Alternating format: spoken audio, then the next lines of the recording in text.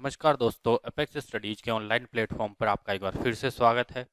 Last video में अपन ने पढ़ा था कौन कौन से ऐसे मेथड है जो सॉइल एनालिसिस और वाटर एनालिसिस के लिए यूज किए जाते हैं। मेनली अपने प्लांट न्यूट्रिएंट के कौन कौन से मेथड यूज होते हैं उनके बारे में पढ़ा था।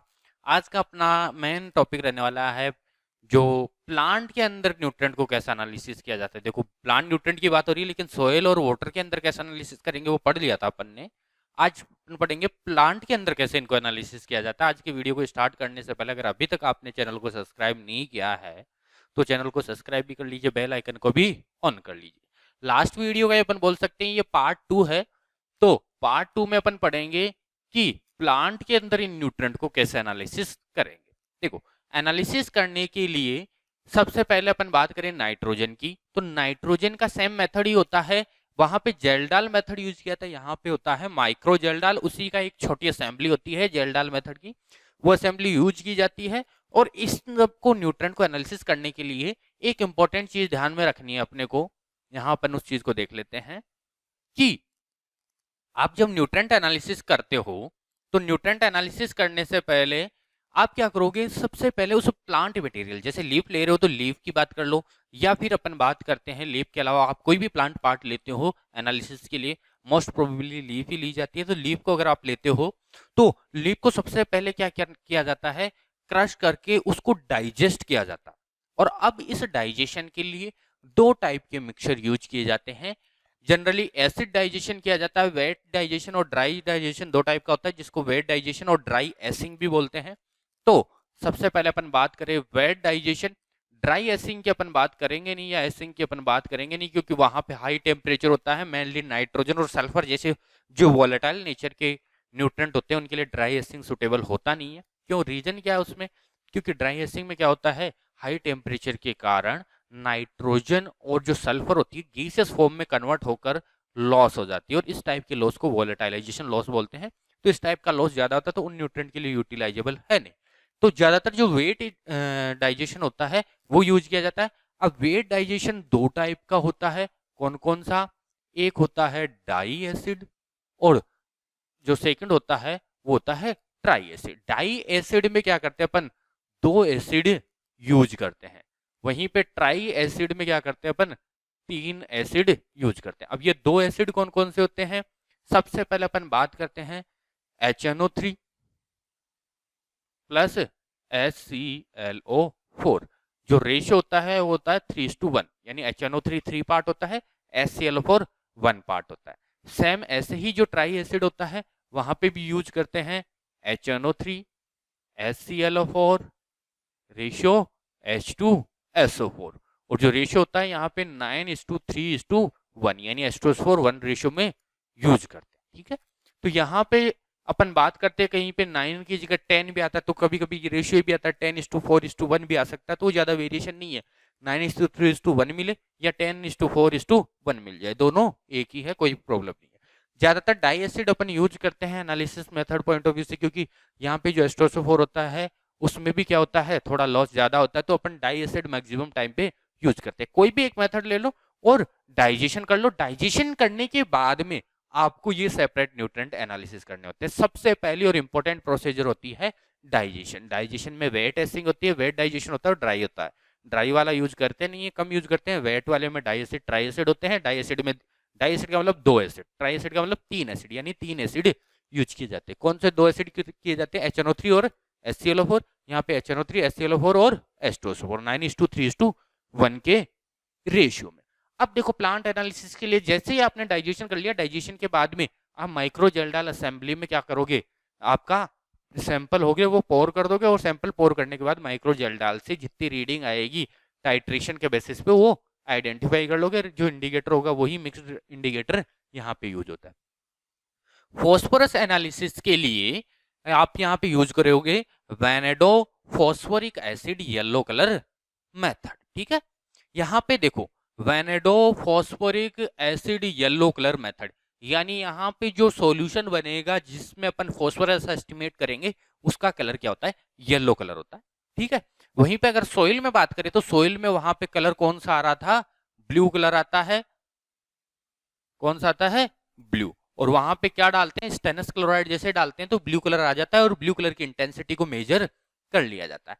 यहाँ पे vanado phosphoric acid yellow colour method के अंदर क्या करते हैं, इसका कलर क्या हो जाता है, येलो कलर हो जाता है और इस येलो कलर की इंटेंसिटी को मेजर किया जाता है। ठीक है, अब यहाँ पे येलो कलर की इंटेंसिटी को मेजर करने के लिए यूज किया जाता है सेम इंस्ट्रूमेंट जो सोइल में यूज किया जाता था, क्या, स्पेक्ट्रोफोटोमीटर। क्या यूज किया जाता है, स्पेक्ट्रोफोटोमीटर।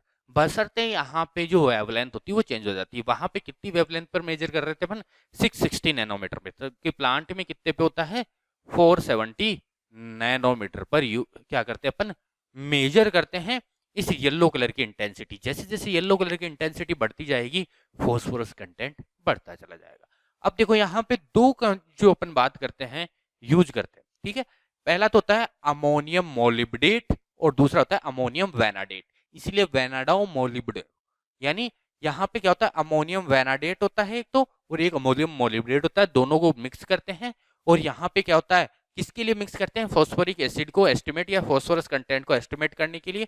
जब फॉस्फोरस इन दोनों से रिएक्शन करता है तो येलो कलर देता है, और इस येलो कलर की इंटेंसिटी को स्पेक्ट्रोफोटोमीटर पर 470 नैनोमीटर पर मेजर किया जाता है।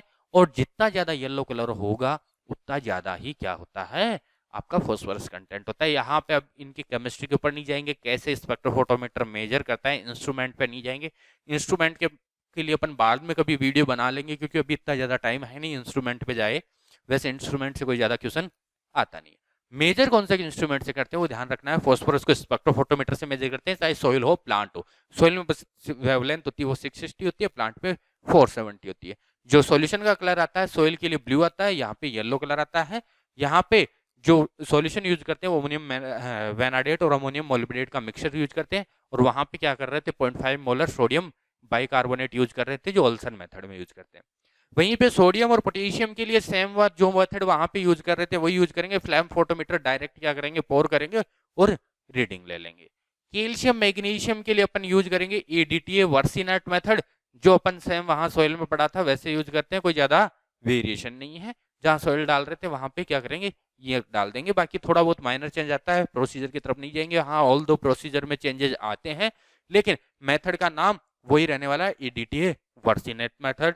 वहीं पे सल्फर की बात करें तो सल्फर होता है टर्बिडिमेट्रिक मेथड।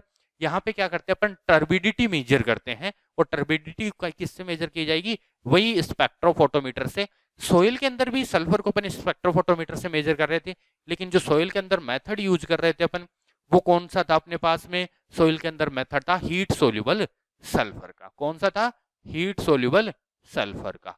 जबकि मेथड यहाँ पे भी सेम वैसा ही होता है, ज्यादा चेंजेस नहीं आता, लेकिन यहाँ पे जो मेथड का स्पेसिफिक नाम है वो टर्बिडिटी मेथड है। यहाँ पे क्या किया जाता है, इसमें टर्बिडिटी डेवलप होने दी जाती है 30 मिनट तक, और टर्बिडिटी डेवलप होने के बाद उस टर्बिडिटी को मेजर किया जाता है। टर्बिडिटी क्या होती है, किसी भी सस्पेंशन में जो सस्पेंडेड पार्टिकल होते हैं, जो सस्पेंडेड पार्टिकल किसकी वजह से आएंगे, सल्फर उनमें जो प्रेजेंट जो केमिकल यूज करेंगे उनसे रिएक्शन करके सस्पेंडेड हो जाएगा, यानी घुला हुआ रहेगा। और जितना ज्यादा सस्पेंडेड रहेगा सल्फर कंटेंट भी उतना ही ज्यादा रहेगा।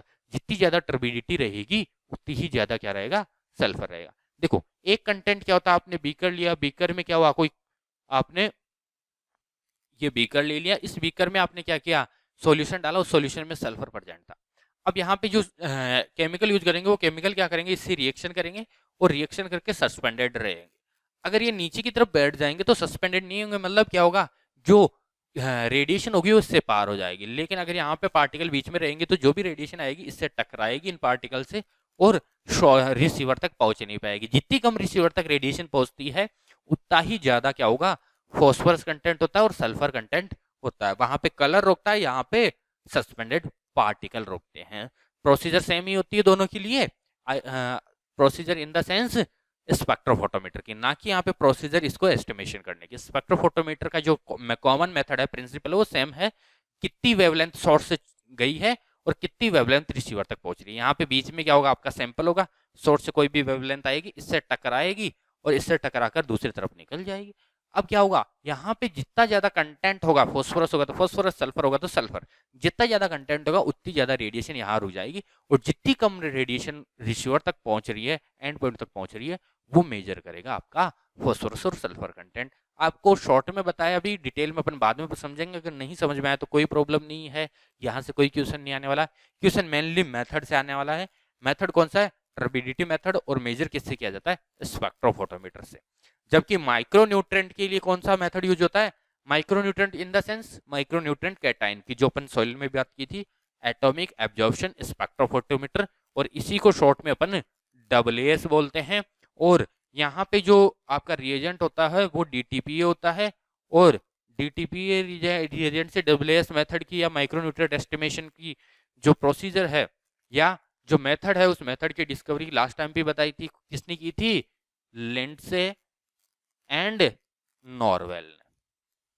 कब की थी, 1978 में लिंडसे एंड नॉरवेल ने क्या बताया था, आपके DTPA मेथड या AAS मेथड की डिस्कवरी की थी। DTPA रिएजेंट है, AAS इंस्ट्रूमेंट, ठीक है। किसके लिए बात कर रहे हैं, micronutrient cation, iron, manganese, zinc और कॉपर के लिए। तो ये कॉमन मेथड है जो यूज किए जाते हैं। नाइट्रोजन के लिए माइक्रोजेल डाल, रिवाइज कर रहा हूं। फॉस्फोरस के लिए vanado molybdate phosphoric acid, yellow colour method. यहाँ पे पोटेशियम और सोडियम के लिए सेम फ्लैम्फोमीटर मेथड यूज होगा, जो अपने नॉर्मल गैस से चल जाता है, कुकिंग गैस से। यहाँ पे कैल्शियम और मैग्नीशियम के लिए EDTA वर्सिनेट मेथड होता है, सल्फर टर्बिडिटी मेथड, और माइक्रोन्यूट्रेंट कैटाइन के लिए आपके पास में DTPA या फिर AAS मेथड मेनली, जिसमें क्या होता है, इंस्ट्रूमेंट का नाम AAS है और DTPA क्या है, रिएजेंट है। नेट से जो नॉरवेल है 1978 में इसकी डिस्कवरी की। अब कुछ एक्स्ट्रा चीजें भी अपन पढ़ लेते हैं प्लांट न्यूट्रेंट के बारे में। देखो, प्लांट न्यूट्रेंट के लिए अच्छे से अगर एनालिसिस करते हैं तो कुछ कॉमन टर्म्स और आते हैं, जैसे क्रिटिकल लेवल या फिर क्रिटिकल लिमिट की बात करते हैं। तो क्रिटिकल लिमिट के बारे में सबसे पहले कैट एंड नेल्सन ने बताया था। और क्या बताया था क्रिटिकल लिमिट के बारे में, इन्होंने ये बताया था कि न्यूट्रेंट की कंसंट्रेशन अगर इससे कम होगी तो प्लांट डेफिशिएंसी सिम्टम्स शो करने लग जाएगा। तो हर एक न्यूट्रेंट के लिए अलग से क्रिटिकल लिमिट होती है, वो डिसाइड की जाती है। और क्रिटिकल लिमिट किसने डिसाइड की थी, कैट एंड नेल्सन। वहीं पे अपन बात करें डेफिशिएंसी की, तो इंडियन सॉइल मोस्टली डेफिशिएंट है जिंक में, ठीक है। अगर हम अपन बात करते हैं प्राइमरी न्यूट्रेंट, तो प्राइमरी न्यूट्रेंट में नाइट्रोजन से मोस्टली डेफिशिएंट है। ओवरऑल बात करें तो जिंक से मोस्टली डेफिशिएंस है। और अगर वहां पे क्वेश्चन ये आता है आपके डायरेक्ट की Indian soil are mostly deficient in, और आपके ऑप्शन आ रहा है nitrogen, second option phosphorus, third option है जिंक, फोर्थ ऑप्शन है आयरन। तो यहाँ पे जिंक नहीं करना है, आयरन करना है। रीजन सॉरी नाइट्रोजन करना है। रीजन क्या है, क्योंकि सबसे पहले इंपॉर्टेंस उसको दिया जाता है जिसकी नीड सबसे ज्यादा होती है। तो प्राइमरी न्यूट्रेंट की प्लांट को नीड ज्यादा होती है, तो यहाँ पे प्राइमरी न्यूट्रेंट नाइट्रोजन। अगर हाँ नाइट्रोजन की जगह आपके ऑप्शन कोई और होता है जैसे कॉपर, तो उस सिचुएशन में आप जिंक कर सकते हैं, क्योंकि फिर माइक्रो न्यूट्रेंट की तरफ ही जाना। तो या तो क्वेश्चन में मेंशन करें कि माइक्रो न्यूट्रेंट कौन से इंडियन सोइल में मेजर डेफिशिएंट है, तो जिंक की तरफ जा सकते हो। अगर ओवरऑल पूछे तो नाइट्रोजन की तरफ जाओगे, प्राइमरी बोले तो नाइट्रोजन की तरफ जाओगे, कुछ नहीं बोले और नाइट्रोजन ऑप्शन में नहीं दे तो जिंक की तरफ चले जाओगे। तो ये चीजें कुछ ध्यान में रखने वाली है। क्रिटिकल लेवल अप्रोच या क्रिटिकल लिमिट के बारे में बात करें तो वहां पे केट और नेल्सन ने दी थी। इसके अलावा अगर अपन बात करते हैं ड्रिस की, तो ड्रिस भी एक क्या होता है, रेशियो बेसिस पे यूज किया जाता है। वहीं पे अगर इसकी फुल फॉर्म की बात करें तो डायग्नोसिस रिकमेंडेड आपके इंटीग्रेटेड सिस्टम होता है। Diagnosis recommended integrated system. तो इस सिस्टम में क्या यूज करते हैं अपन, मेनली रेशियो यूज करते हैं। और रेशियो किसका, मल्टीपल न्यूट्रेंट का एट ए वन टाइम।